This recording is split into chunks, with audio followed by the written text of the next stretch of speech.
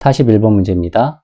라스무센의 인간 행동 분류에 기초한 인간 오류에 해당하지 않는 것은 1번 규칙에 기초한 행동 오류, 2번 실행에 기초한 행동 오류, 3번 기능에 기초한 행동 오류, 4번 지식에 기초한 행동 오류. 인간 오류에 대한 라스무센의 분류입니다. 라스무센의 인간 오류는 휴먼 에러 쪽에서 굉장히 유명합니다. 그렇기 때문에 라스무센의 휴먼 에러 분류를 꼭 좀 외워주시길 바라고요. 라스무센의 휴먼 에러는 숙련 기반 에러, 규칙 기반 에러, 지식 기반 에러가 있습니다. 이렇게 한글로 외우시는 것도 좋은데 한글보다는 원어 그대로, 영어 그대로 외워주시면 문제 풀이하실 때 상당히 도움이 됩니다. 스킬 베이스드 에러, 룰 베이스드 에러, 그리고 날리지 베이스드 에러 이렇게 세 가지가 있습니다. 외우실 때는 첫머리만 따서 SRK, 라스무센의 SRK 이렇게 외워주시면 되고요. 그래서 41번의 정답은 2번 실행에 기초한 행동 오류는 라스무센의 오류에 해당하지 않게 되겠습니다. 42번 문제입니다. 리더십 이론 중 관리격자 이론에서 인간관계에 대한 관심이 낮은 유형은 1번 타협형, 2번 인기형, 3번 이상형, 4번 무관심형. 관리격자 이론에 대한 질문이고요. 관리격자 이론을 물어보기 때문에 우리는 관리격자 모형이 어떻게 생겼는지 한번 보도록 하겠습니다. 관리격자 모델입니다. 관리격자 모델은 X축은 직무에 대한 관심을 나타냈고요. Y축은 인간에 대한 관심을 나타냈습니다. 그래서 1,1형이 있습니다. 이 1,1형 같은 경우에는 직무에도 관심이 없고 인간에 대한 관심도 없습니다. 그래서 무관심형이다 라고 이야기합니다. 또 Y축 쪽으로 가다 보면 1,9형이 있습니다. 이 1,9형 같은 경우에는 직무에 대한 관심은 없고 사람에 대한 관심만 있습니다. 이런 형태를 컨트리 클럽 형태다라고 이야기합니다. 또 X축 쪽으로 보시면 9,1형이 있습니다. 9,1형은 업적에 대한 관심은 굉장히 높습니다. 그런데 사람에 대한 관심은 무관심하다, 너무 낮다. 이런 형태를 과업형이라고 합니다. 또 직무에 대한 관심도 높고 또 인간에 대한 관심도 높은 9,9형이 있습니다. 이 9,9형 같은 경우에는 팀형, 이상형 이렇게 부릅니다.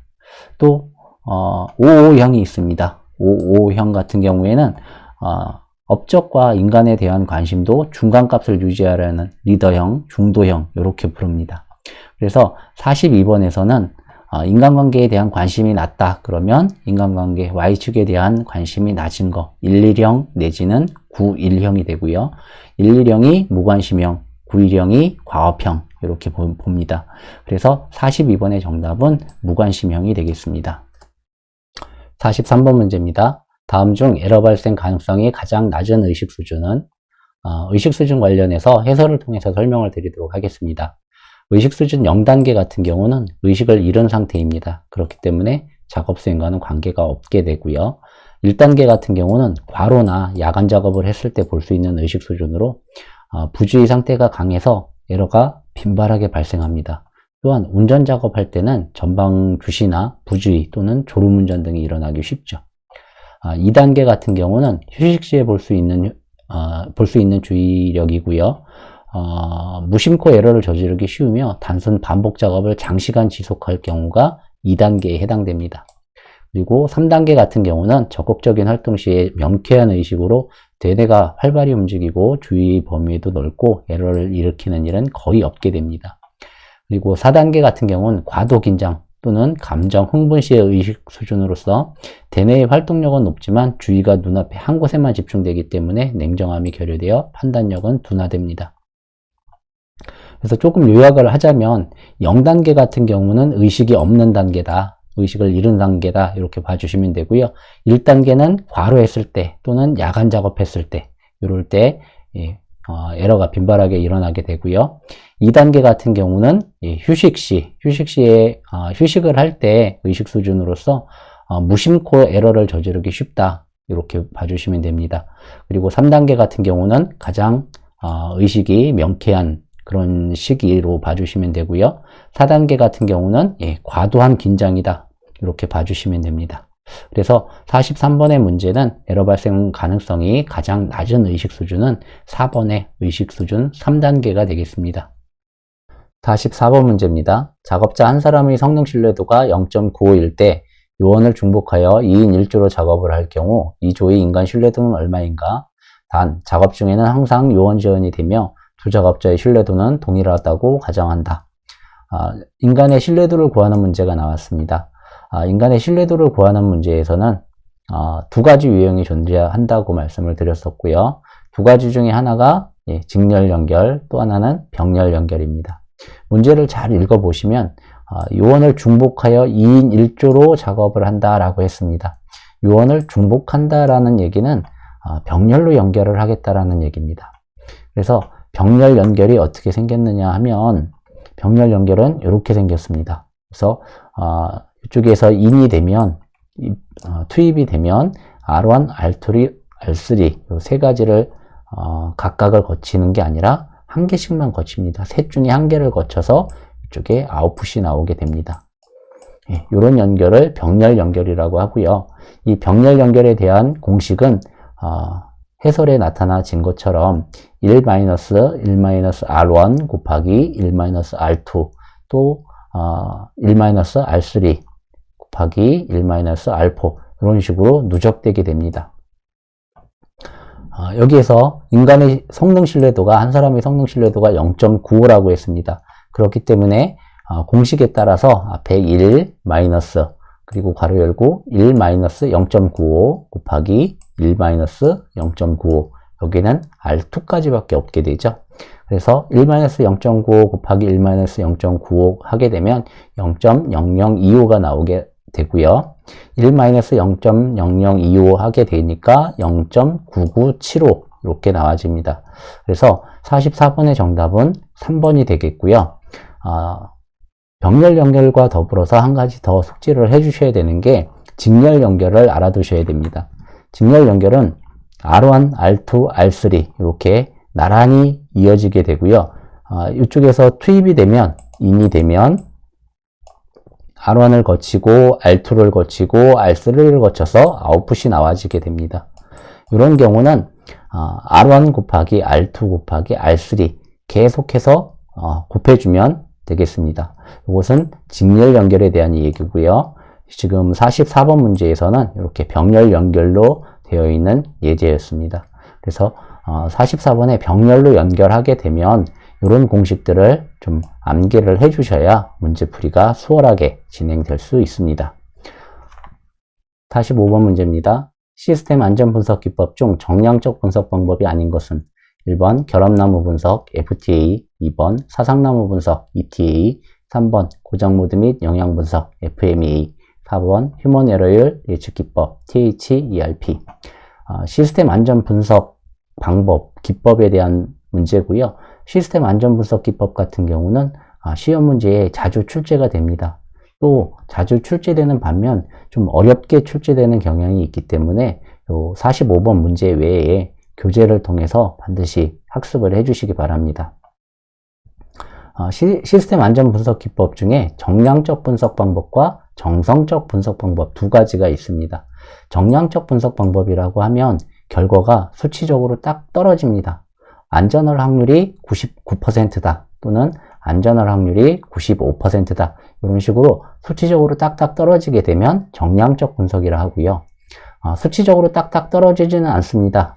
안전할 것이다, 불량률이 없을 것이다 이런 식으로 이야기가 된다라고 하면 그것은 정성적 분석 방법입니다.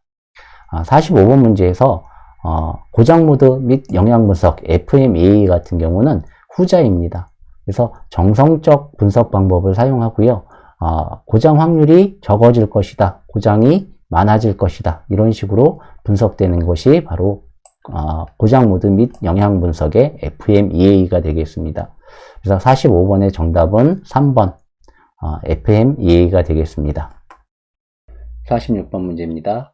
조직의 리더에게 부여하는 권한 중 구성원을 징계 또는 처벌할 수 있는 권한은 1. 보상적 권한, 2. 강압적 권한, 3. 합법적 권한, 4. 전문성 권한. 46번 문제 같은 경우는 조직의 리더에 대한 어떤 권한들을 모른다 하더라도 문제만 딱 보면 바로 선택할 수 있으셔야 합니다. 문제에 보시면 구성원을 징계 또는 처벌할 수 있는 권한이라고 했습니다. 징계 또는 처벌이라고 하면 보상적 권한이나 합법적 권한이나 전문성 권한 같은 경우는 다소 거리가 먼 권한이 되겠죠.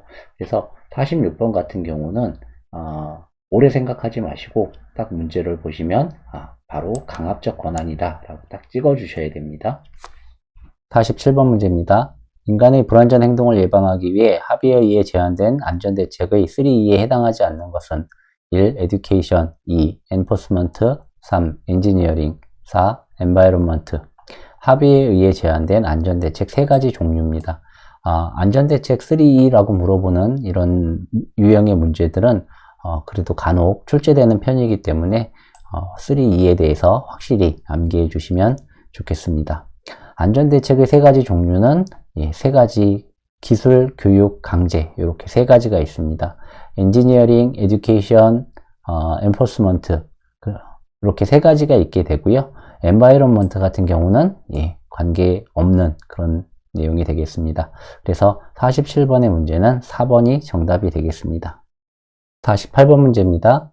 재해의 원인을 불완전한 행동과 불완전한 상태로 구분할 때 불완전한 상태에 해당하는 것은 1. 규칙의 무시, 2. 안전장치의 결함, 3. 보호구의 미착용, 4. 불완전한 조작. 48번 문제 같은 경우에는 불완전한 행동과 불완전한 상태를 구분해야 합니다. 이 불완전한 행동과 불완전한 상태를 구분할 때는 인칭을 사용해서 구분하면 수월합니다. 불완전한 행동이다 라고 하면 1인칭에 가깝습니다. 불완전한 행동이라고 하면 내가 뭔가를 안 하거나 잘못하거나 실수하거나 이런 쪽으로 생각을 해주시면 되고요. 불완전한 상태다라고 하면 내가 아닌 제3자, 3인칭에서 어떤 문제가 있다 이렇게 봐주시면 됩니다. 자, 규칙을 무시했습니다. 규칙을 무시한 건 누가 규칙을 무시했죠? 바로 내가 규칙을 무시했습니다. 불완전한 행동에 해당하고요.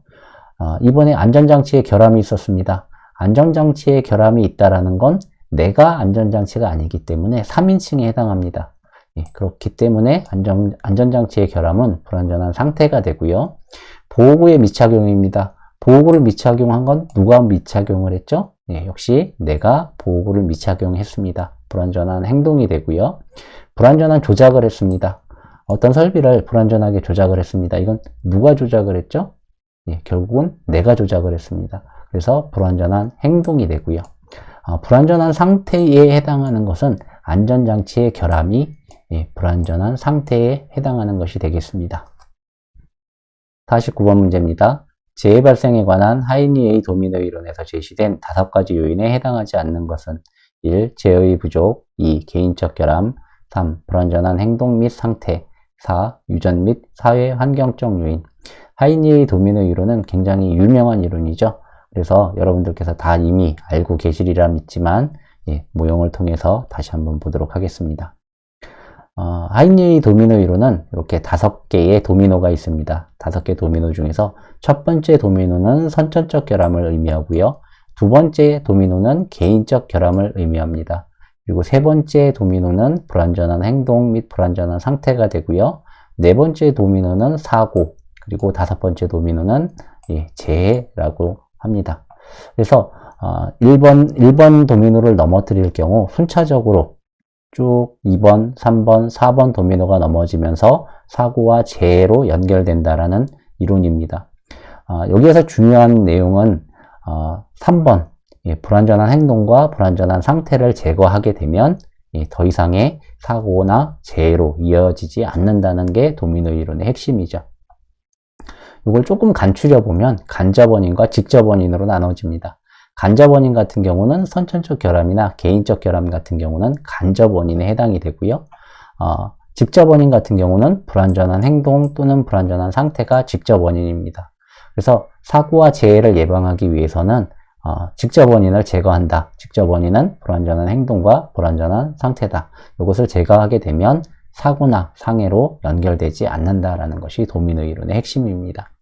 자, 다시 49번 문제로 돌아와서 1번 제어의 부족 같은 경우는 하이니의 도미노 이론과는 해당 사항이 없는 내용이 되겠고요. 자, 2번 개인적 결함입니다. 개인적 결함은 간접 원인 중에 두 번째 도미노가 되겠고요. 불완전한 행동 및 상태는 세 번째 도미노가 되고요. 유전 및 사회 환경적 요인, 이것은 1번 도미노가 되겠습니다. 그래서 49번의 정답은 1번 제어의 부족이 되겠습니다.